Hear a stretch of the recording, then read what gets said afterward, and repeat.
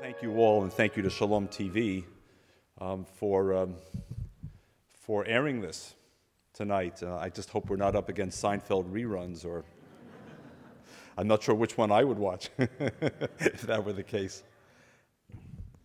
So we have a global balance sheet, and I'm going to try to give you a sort of a glimpse of how we at AJC, who, as you said, Stephanie, are the global guys and gals, but for shorthand, the global guys, how we, the global guys who travel the world, who are the point of intersection between the Jewish people and that larger world of some 7.5 billion people, 192 nations of the world that have Jewish minorities, if any Jewish population at all, and countless faith groups and ethnic communities in the world that define this mosaic of planet Earth.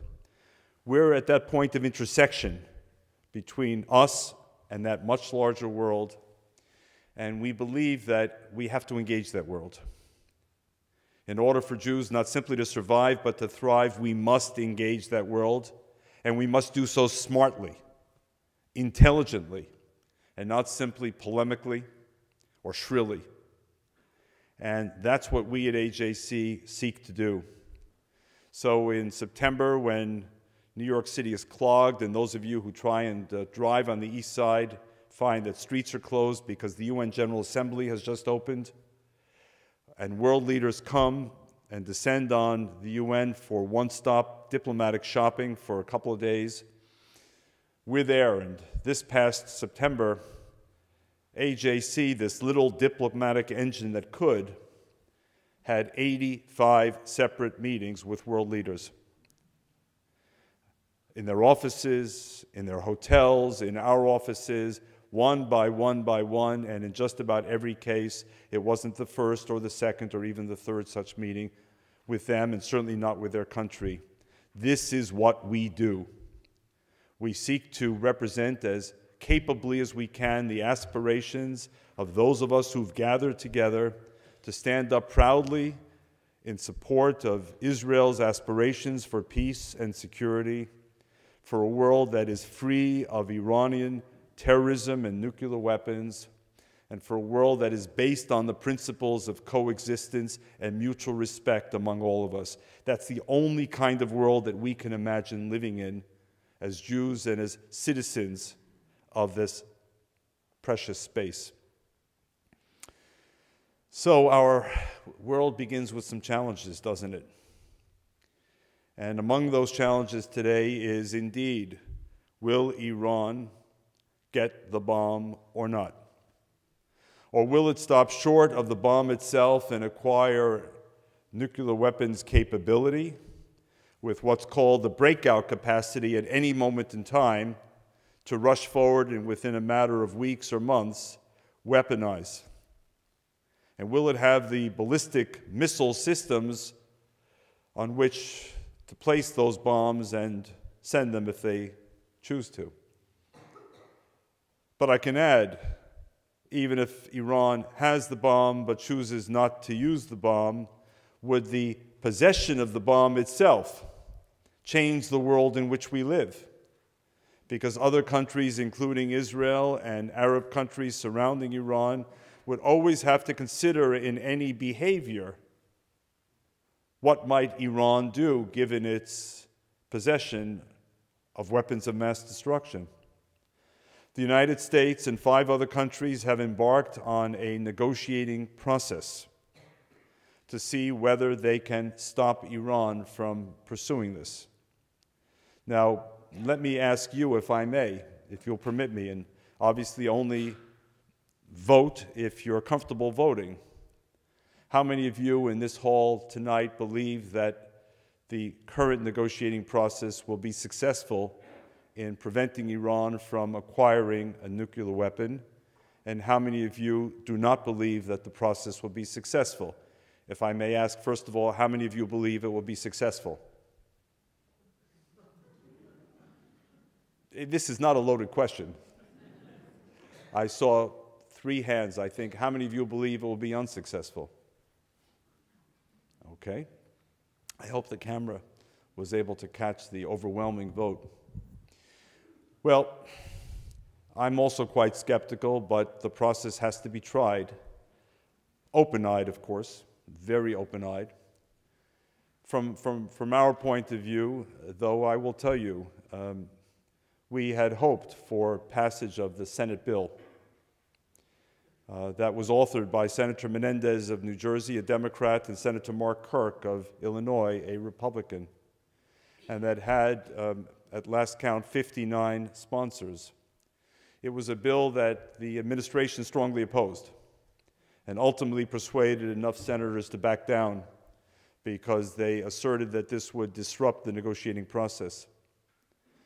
We happen to believe that it is sanctions that brought Iran to the table, and that it is sanctions that will keep Iran at the table. And we also happen to believe that it is the credible threat of military force that will keep Iran's attention. Now, I want to be absolutely clear, especially because this is being televised. We are not supporting the use of military force. We are not the warmongers that opponents of such a bill have depicted supporters to be. That's utter nonsense.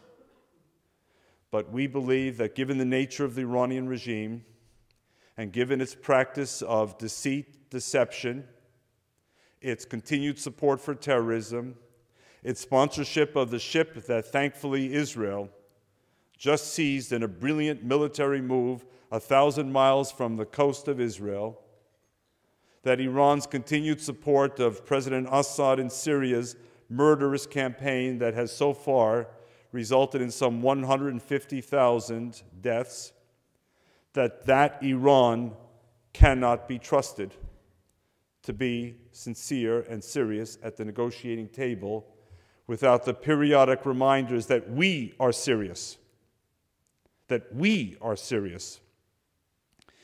And my fear, and I think I'm not alone, is that Iran has calculated that we are not serious. The fact that we say we're serious is important, but it's insufficient. They have to believe that we're serious and mean what we say. When the United States says all options are on the table, it's not enough for us to say it and hear it. It's more important for them to believe it in Tehran. And I'm not entirely sure that they believe it today. I fear instead that, especially after the Syrian story, they may have their doubts. And by the Syrian story, I mean in particular the fact that our country issued a red line on Syrian use of chemical weapons. And when that line was crossed, not once or twice, but more by the Syrian regime, we backed off. We backed off and instead grabbed a Russian proposal that would instead remove chemical weapons from Syria, or so we were told. And what's happened since? Well, in our travels with AJC to capitals around the world, and in the last 3 weeks I've been in 8 capitals, there is diminishing confidence that the United States means what it says, and that is not good news for any of us. And Syria is cited repeatedly.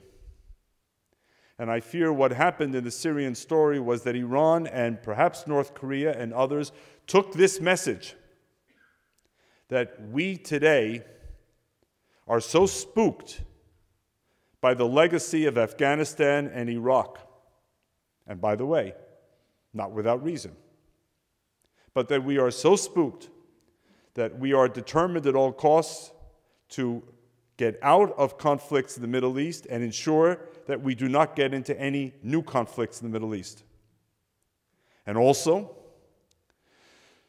that our own economic challenges at home, not to mention Europe's even more pressing challenges, are consuming us internally and sapping our capabilities and our will to confront evil. in this case, Iran.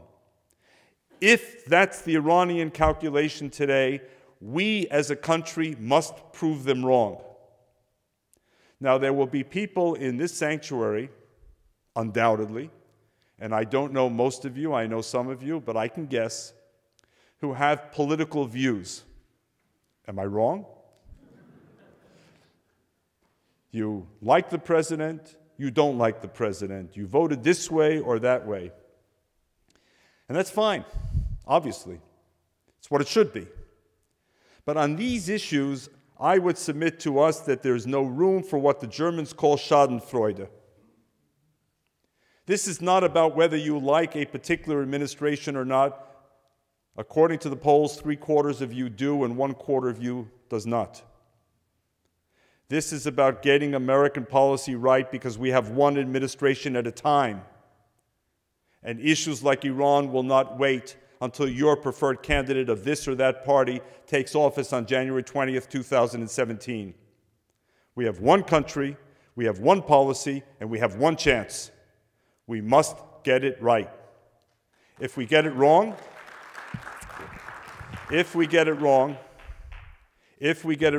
and Iran outplays us, outmaneuvers us, the world changes. The world changes for a set of, I think, painfully obvious reasons. And this is why in our AJC advocacy, we have never made Iran a proprietary Israeli or Jewish issue. Huge mistake to do so. Iran is a global game changer. It's about us, but not only about us. Speak to the Saudis. Ask them what they think about the prospect of a bomb in Iranian hands. Go to Dubai or Abu Dhabi and ask them what they think. Go to Amman, go to Cairo. Go anywhere in the region and ask them what are the implications of an Iranian bomb or even the capability to make a bomb. And they'll tell you it's a game changer. And they'll tell you something else. Number one, they'll tell you that it will trigger a new arms race in the region. The Saudis are already more than hinting that if Iran keeps going, they're going to their friends at the Walmart in Pakistan and buying a bomb off the shelf. Okay? The Saudis can afford it. Who else might buy a bomb? Or who else might develop a bomb in response to the Iranian bomb? Does the world need a nuclear arms race in the most arms-laden, dangerous part of the world to begin with all the prospects of war, accident, miscalculation, or transfer of technology to groups like Hamas or Hezbollah or other countries that might seek those weapons? Secondly, some will argue, but don't worry, David, Iran will never use the bomb, as if they have some insider's knowledge that only they know. Well, maybe Iran will not use the bomb. Maybe they're right. Could be. The problem is you don't have to use the bomb to derive the power of the bomb. Think of Israel for a moment in this respect. And for argument's sake, Iran now has the bomb. And Hezbollah launches another missile strike against Israel, or another cross-border raid as they did in 2006 to kill and kidnap Israeli soldiers. Before Israel can respond in such a situation, it has to consider that Hezbollah is a proxy of Iran. And suddenly Israel has to take into its strategic calculation not just Hezbollah, but now Hezbollah plus what will Iran do? A big game changer. So lots and lots of things can happen as a result of the bomb, which is why our diplomacy must get it right. And one final point on this one. I'm a big fan, as perhaps some of you are, of the person I consider among the great statesmen of the 20th century, and that was Winston Churchill. Now, Churchill was a larger-than-life figure who occasionally got things wrong. So when you're a larger-than-life figure and get things wrong, they're noticed. He got the issue of Indian independence wrong, for example. He blew the opportunity at the end of the Second World War to be reelected by ascribing to the Labour Party Gestapo tactics and things because they were socialists. Big mistakes. But on the central defining issue of the 20th century, the rise of Adolf Hitler, boy, was he right. And boy, did he have courage. And one of the interesting things he said that is not as well known was in a conversation with Franklin Roosevelt, in which the American president said to Churchill, "I'm looking for a name for this war," referring to World War II. And Churchill, and I'm paraphrasing, said, "Mr. President, that's an easy one. You should call it the unnecessary war." The unnecessary war. Why? Because, said Churchill, never in human history had it been so easy to prevent a war as this war. But, and think of certain echoes here, but France and Britain were exhausted from the First World War, and rightly so, but they were exhausted. And every family in both countries had suffered the consequences of the war to end all wars, the First World War. And those countries were in the grips of an economic crisis. They were war-weary and they were economically imperiled. They didn't have the will, the energy to confront a new threat. And so along came Rhineland and its remilitarization in contravention of the Versailles Treaty. Along came German conscription in contravention. Along came Sudetenland, which today has certain echoes in Crimea, doesn't it? The need to protect a population that is perceived as being targeted because of its national identity or national language, and the sovereign government, in this case of Ukraine, is deemed to be incapable, hence the need for Russian intervention. Or in 1938, German intervention for German-speaking residents of the Sudetenland, which eventually became, as we know, in March 1939, all of Czechoslovakia, or the Anschluss, or Italy's grab of Abyssinia, otherwise known as Ethiopia, and. What Churchill was saying is, for God's sakes, had we shown strength and gumption and will then, we would not have fought the most devastating war thereafter. Well, there's wisdom, of course, in what Churchill said. And I seek to apply that wisdom today to the threats that face our nation, Israel, and our value system, beginning but not ending with Iran. Yes, we are war-weary. Yes, we have economic challenges. No one wants another field of conflict. But if we don't stand strong now, today, we're going to pay a higher price tomorrow, and we already know it. Kicking the can down the road can't be a policy. It doesn't work when you're a great nation. And any void in American leadership in the world today will only invite more trouble. We too have made our share of mistakes as a nation. We all know that. But at the end of the day, remove the United States from the global picture. And who's going to substitute for that role of leadership in defending human freedom, human rights, and human dignity? Who? Russia? Who? Who is there?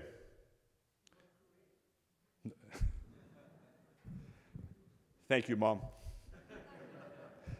North Korea. So we've got to summon the strength, and I pray that we will.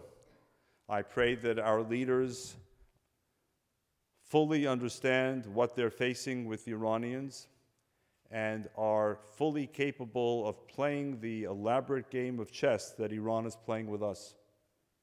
Because heaven forbid we play checkers while they play chess. And they are master chess players. As one European diplomat said to us some time ago, you know, when the Iranians were teaching the world chess, we were living in caves. So let's not underestimate the challenge. And speaking of challenges, there's a second challenge, of course. In the course of this day alone, as you know, there have been any number of missiles fired at Israel. There were yesterday, too. By the way, interesting, when I entered Temple Bethel, I checked one more time, and there had been 17 missiles today as of that point of entry. And 8 of those 17 missiles fired from Gaza struck Palestinian areas. But others did not. Now, there is at the same time a peace process at hand. And John Kerry chose the AJC Global Forum, our annual gathering in Washington last June, to speak to 1,600 people and to launch his peace effort. He gave a very impressive speech for those of you who were there.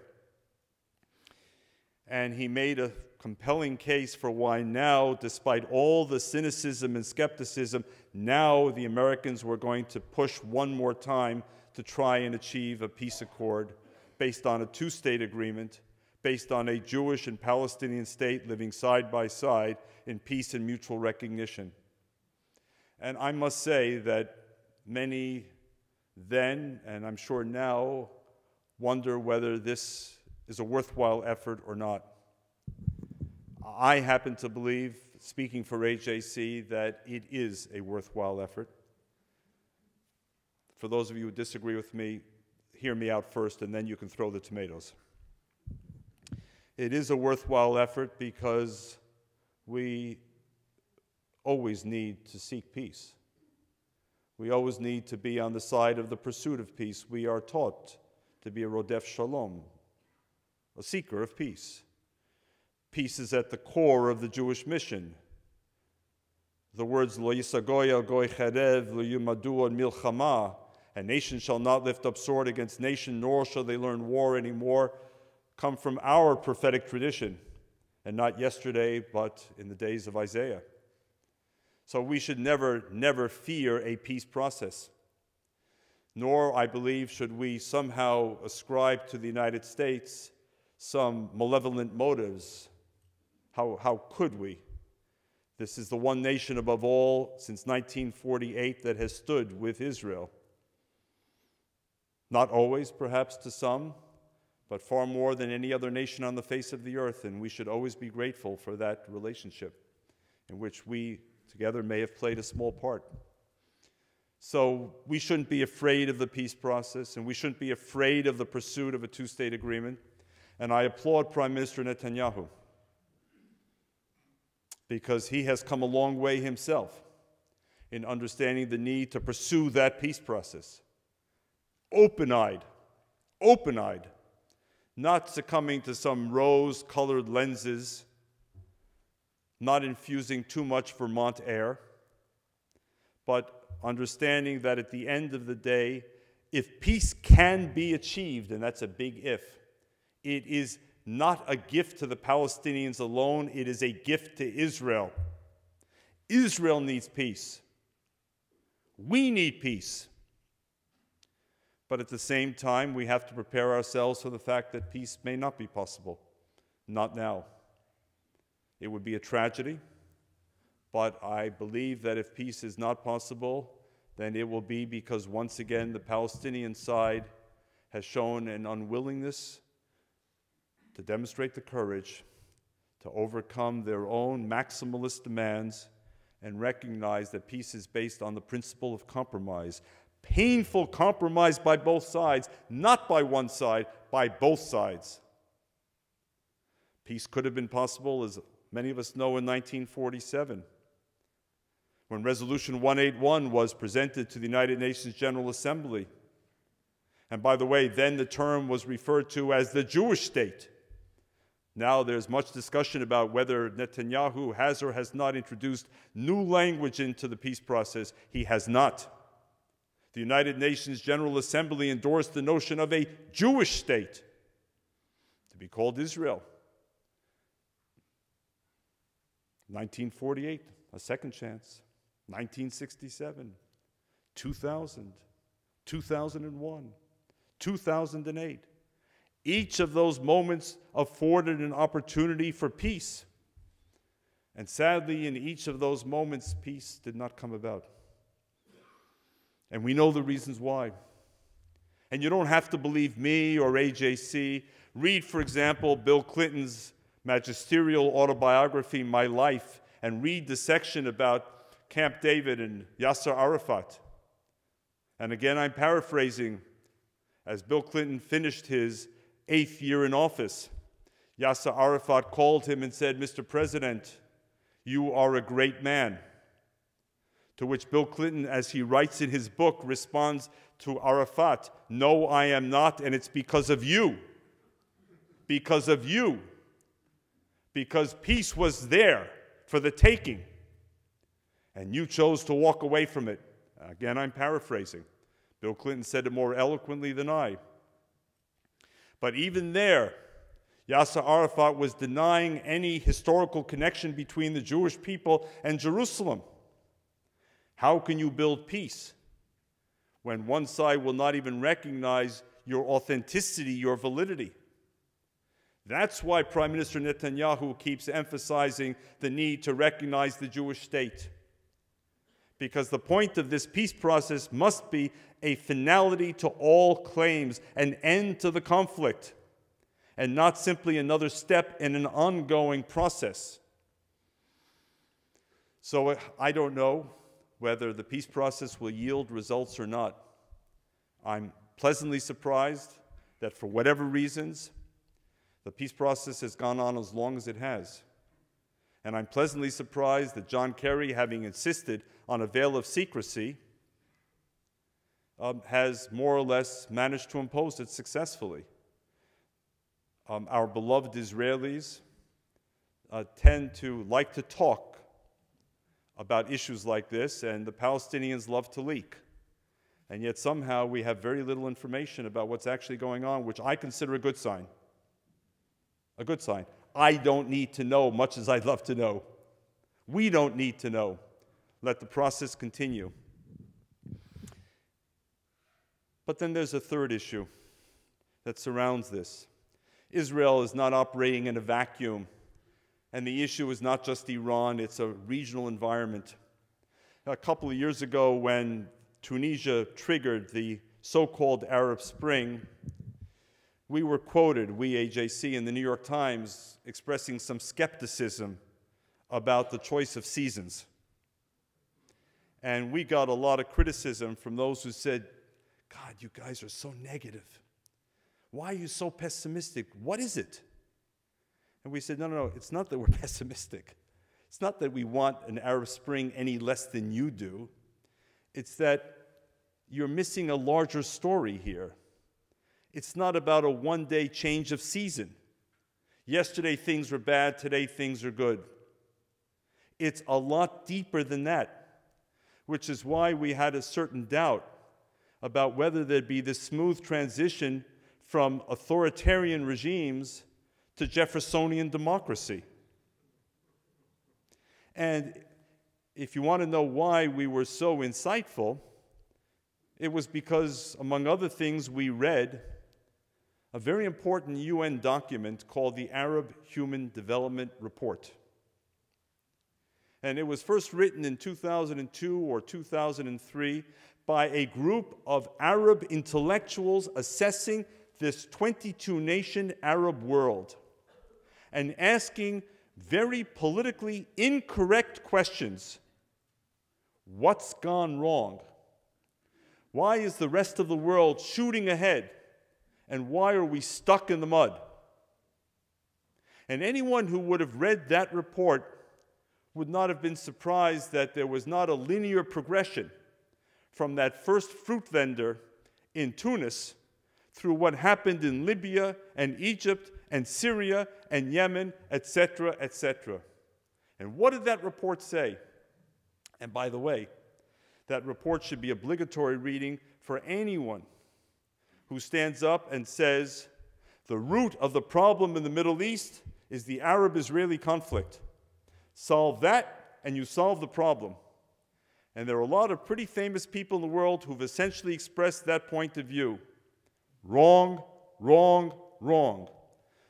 Yes, the conflict should be solved for its own reasons because we want peace. But those who think that this is the solution, therefore, pressure Israel, pressure Israel, pressure Israel, insist to give more until peace is made and then a new dawn begins, misunderstand what's going on in the region, and that Arab Human Development Report speaks to it. What does it say? It says three things. There are three deficits in the Arab world, above all. A freedom deficit, a knowledge deficit, and a gender deficit. And they drill down each of those 3 points, and I don't have the report in front of me, but let me, from memory, try and just give you a sense of what it says. Spain, a country of some 35 million people, I believe, in 1 year translates more books into Spanish from around the world than the entire Arab world has in the last several centuries. Meaning Spain imports and embraces and absorbs knowledge, ideas, thoughts. Greece, a country of 11 million people in 1 year, translates more books into Greek than all 22 Arab countries combined with their population of 300 to 400 million in the same 12 months. Israel has more patents than all the neighboring Arab countries combined, and then some. Egypt and South Korea in 1950 had more or less the same per capita GNP. And by the way, for those Arabs who complain that it's all a function of the era and legacy of colonialism, Korea had a pretty rough time for several decades there, didn't it? Under occupation. But they emerged. In 1950, Egypt and South Korea had the same GDP per capita. Fast forward to 2014. Look where South Korea is. Look where Egypt is on the scale of GDP per capita. And on it goes like this, revealing this politically inconvenient set of truths until those issues are tackled, and tackled seriously, beginning by people in those countries. We're going to be talking not about an Arab Spring, I fear, but Arab winter. And we need to talk about Arab Spring. We need for those processes to grab hold. And finally, on the global chart, we have something which I think many of us had hoped we would never have to talk about again so earnestly and so seriously. And that is a return of anti-Semitism, particularly on the European continent.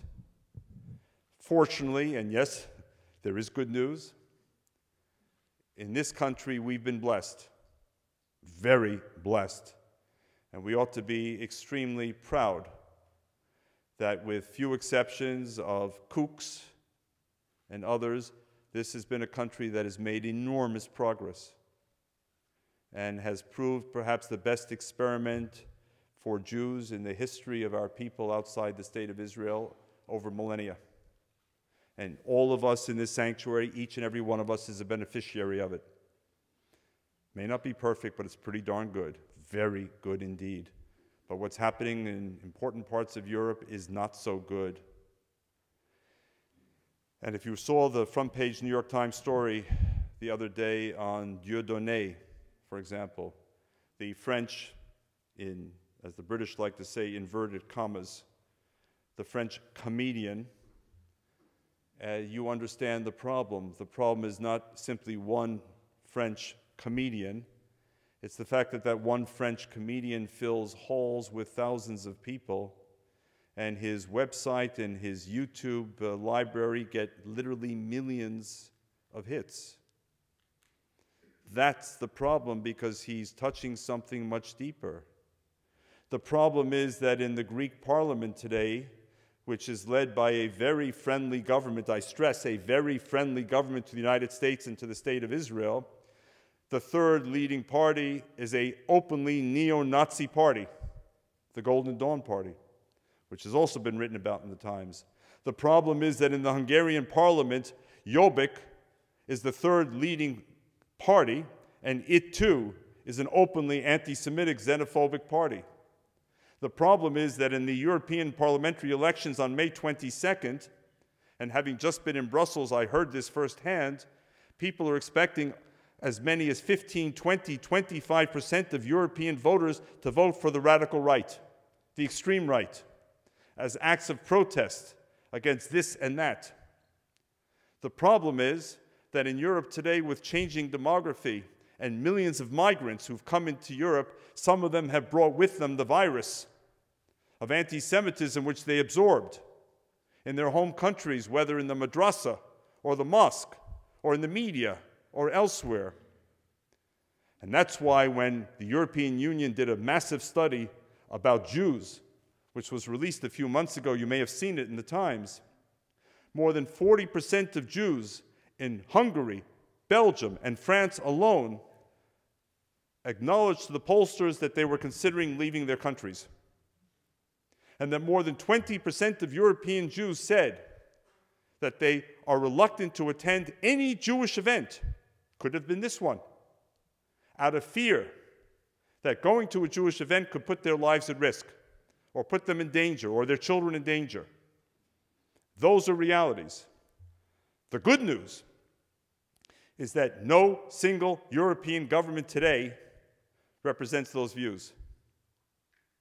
Every single European government, with only one possible exception, is actively fighting anti-Semitism, beginning with the French, who deserve a special shout-out, beginning with the Greeks, who have begun putting the Golden Dawn parliamentary members in jail based on accusations of criminal activity.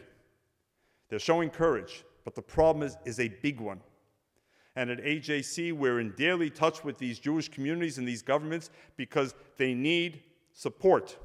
They need encouragement. And last, where's the joy, right? Here's the joy. The joy is that Israel is in a stronger position than it's ever been. And it's only going to get stronger in my judgment. Israel is the quintessential 21st century nation, which will become ever more important and valuable to other nations in the world. And I saw it on this most recent trip last week to Azerbaijan, Greece, and Cyprus, on the trip before it to other countries in Europe. Israel in the fields of energy. We found natural gas. Hallelujah.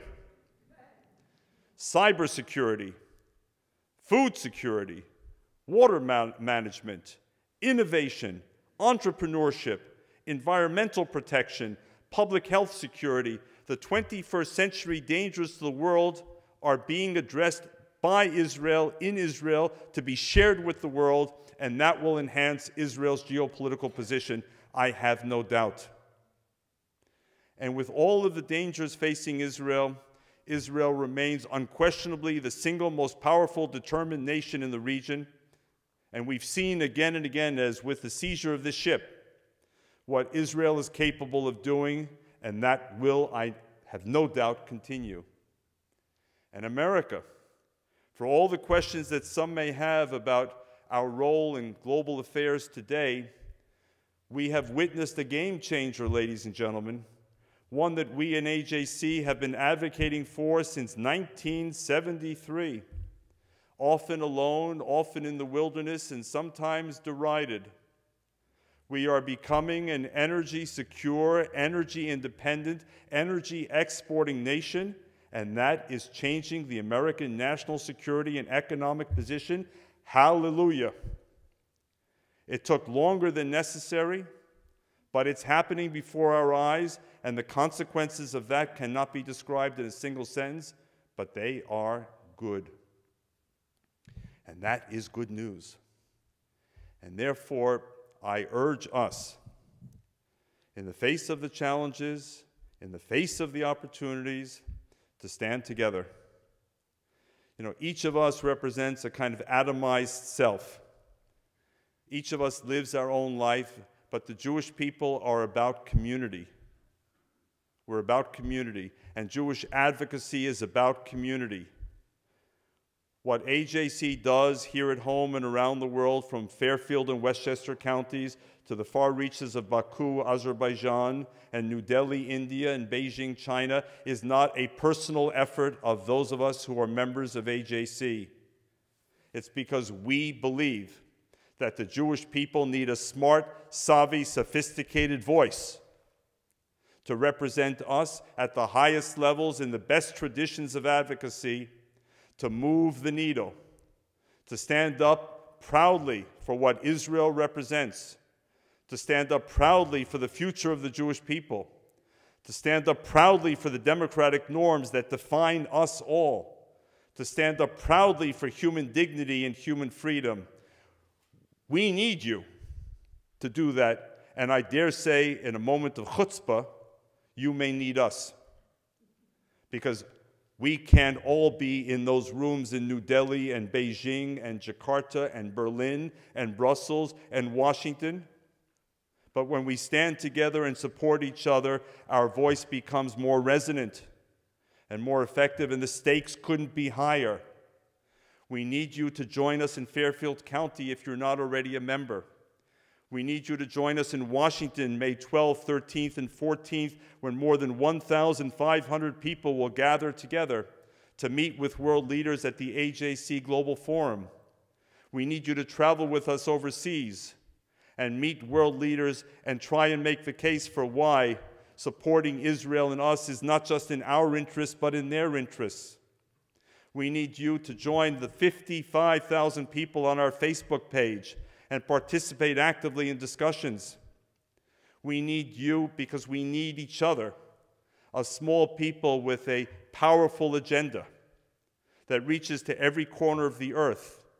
Let's stand together from here at Temple Bethel, across the world, and we will ensure that the best days of the Jewish people are not behind us, but in front of us. Thank you all very much. The question is, what's going on in the Ukraine vis-a-vis the Jewish community and the larger country? We just sent a small AJC team. They were there all last week in Kiev, met with American officials, Israeli officials, Ukrainian government officials, and the range of Jewish community leaders. And we've stayed in touch since. In fact, earlier this evening, there was a meeting of several Jewish leaders with the new Prime Minister of Ukraine, who, as you may know, was meeting President Obama yesterday in the White House. Because I was here, I was not at that meeting, but AJC was at the table, and later tonight I'll get a report. But the consensus appears to be that the Jewish community in Ukraine is quite safe and secure. There are concerns from two sources. The first concern is from the ultra-nationalists within Ukraine who played a part in the protest movement, and whether or not they'll channel their ultra-nationalism and anti-Semitism into the public domain or not. The Ukrainian government assures us that that will not happen, but we're all watching it carefully, as are the Americans and the Europeans. And the second concern is whether outside forces will try to manipulate the current situation in order to ascribe to Ukrainians anti-Semitic acts to then be able to justify their actions against Ukraine. Do you follow me? No.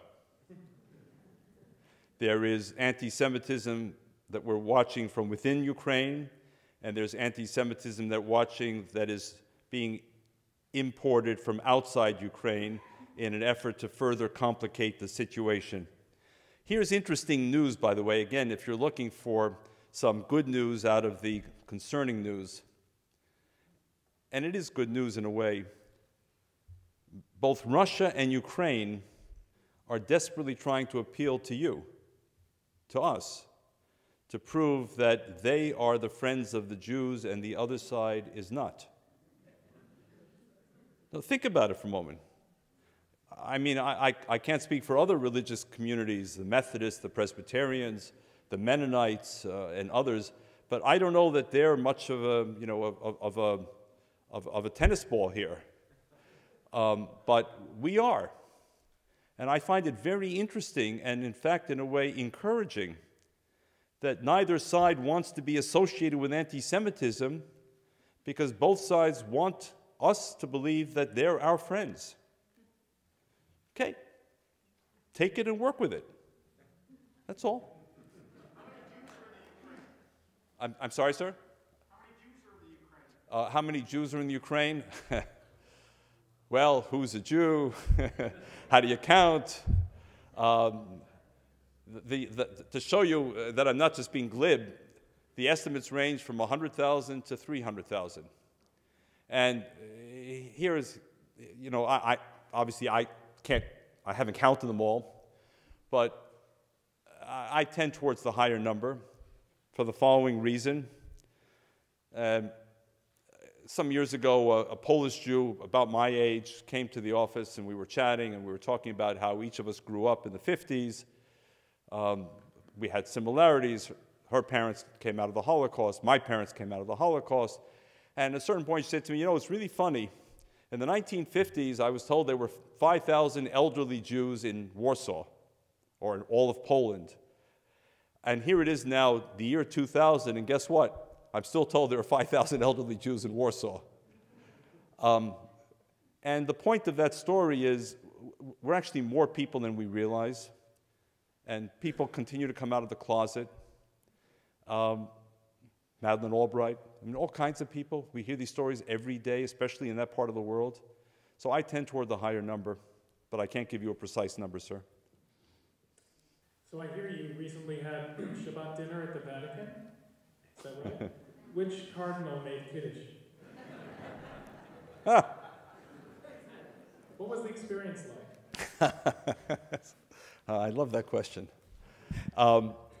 So we went to the Vatican to meet with Pope Francis, and that was a wonderful 30-minute opportunity. And it's no secret, but I mean, we've had many friends in recent years among the popes, but very few with the record of deep friendship that goes back to Argentina and to his particular relationship with a rabbi with whom he has actually written books together.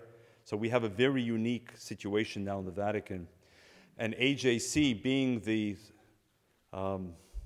if I may say so, for decades, the global leader in forging interfaith dialogue, wanted to give expression to that beyond the audience with the Pope. So Friday evening, we hosted Shabbat dinner in the shadow of St. Peter's Cathedral. And we invited Catholic cardinals to join us for that Shabbat dinner. And Rabbi David Rosen, who's our interfaith director based in Jerusalem and known worldwide and who's been honored by the Vatican, led the Shabbat service and tried to introduce the elements of Shabbat to the Catholic cardinals who were on the edge of their seat. David is terrific in this role, and he knows how to speak Jewish to Catholic. You know, it's the art of diplomacy. To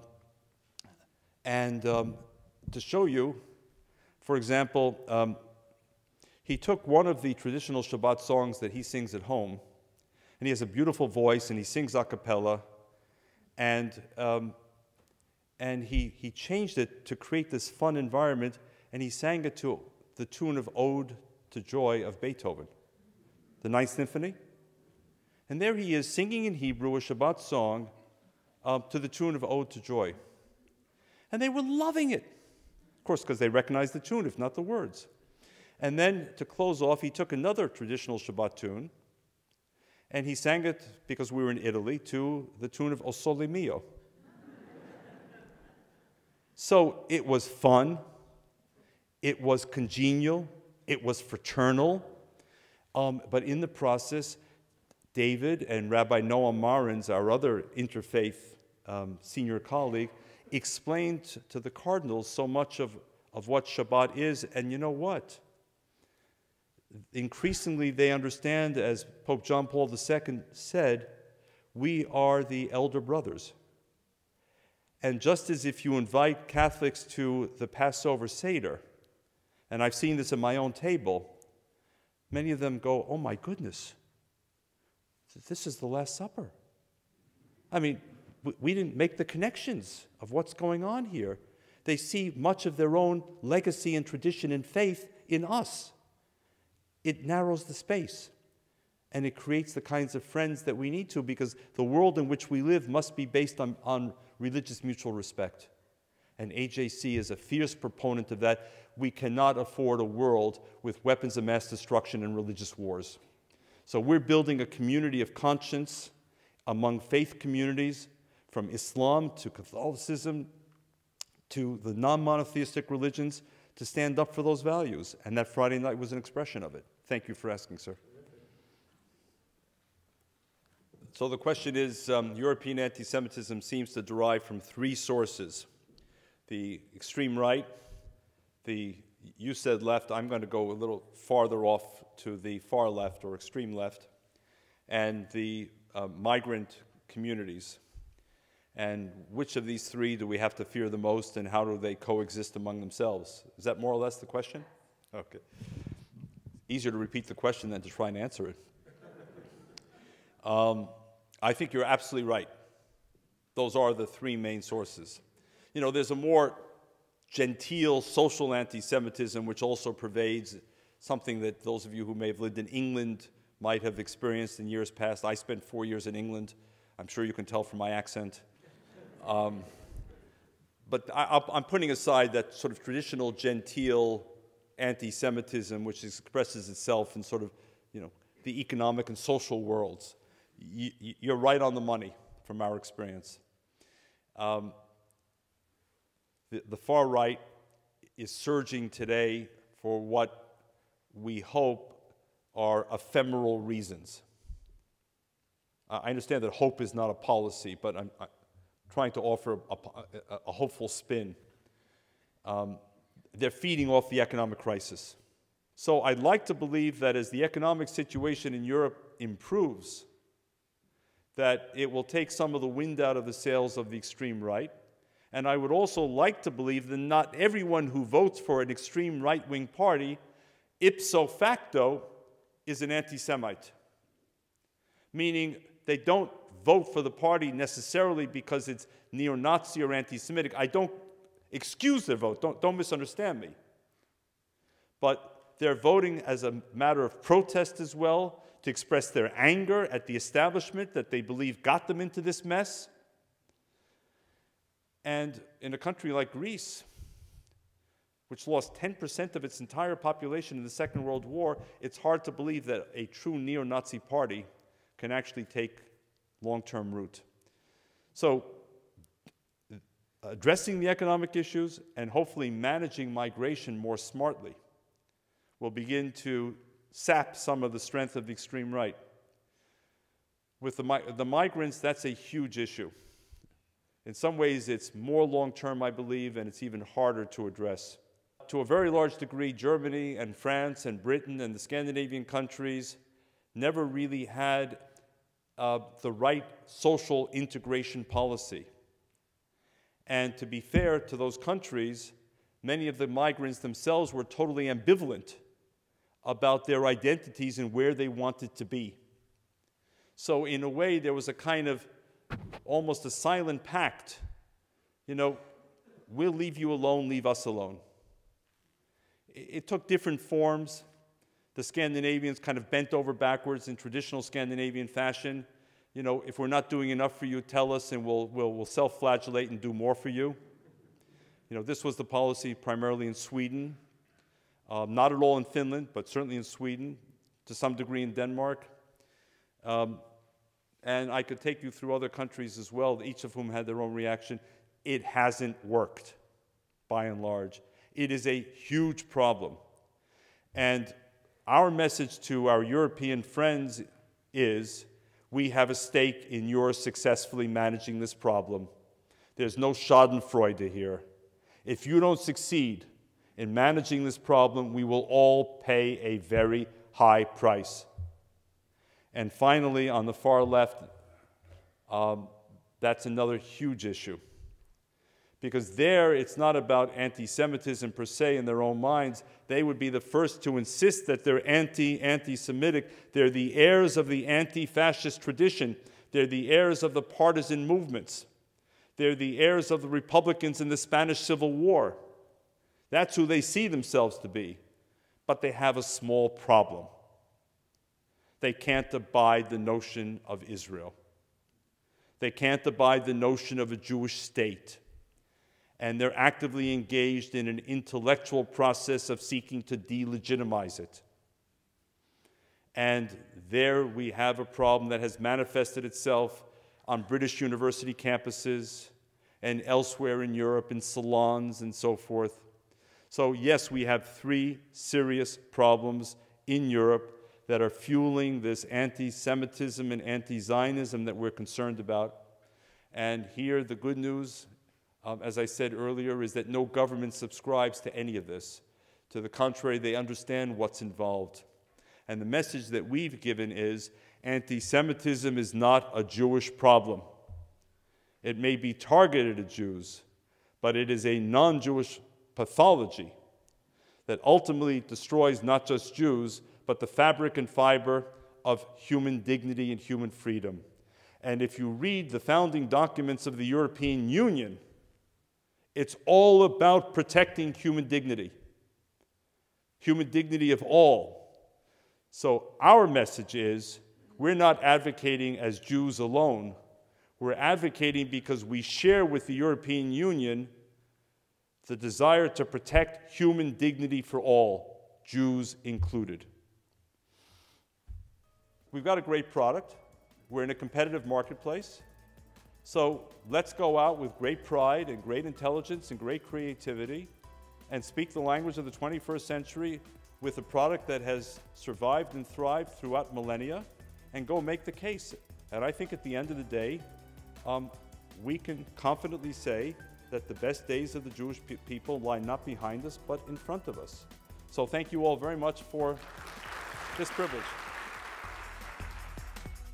We would be pleased to send a complimentary DVD of this program to anyone who wishes to support Shalom TV with a tax-deductible gift of $36, double high or more, to the nonprofit organization Jewish Education in Media. Simply visit the Shalom TV website homepage and click on the Donate button to make a donation by PayPal or your credit card. And please indicate the program for which you would like a DVD. Or you can send your tax-deductible check made out to GEM. To GEM, Post Office Box 180, Riverdale Station, Bronx, New York, 10471. And again, please remember to indicate which program you would like to receive on DVD with our compliments. And we thank you for your kind support.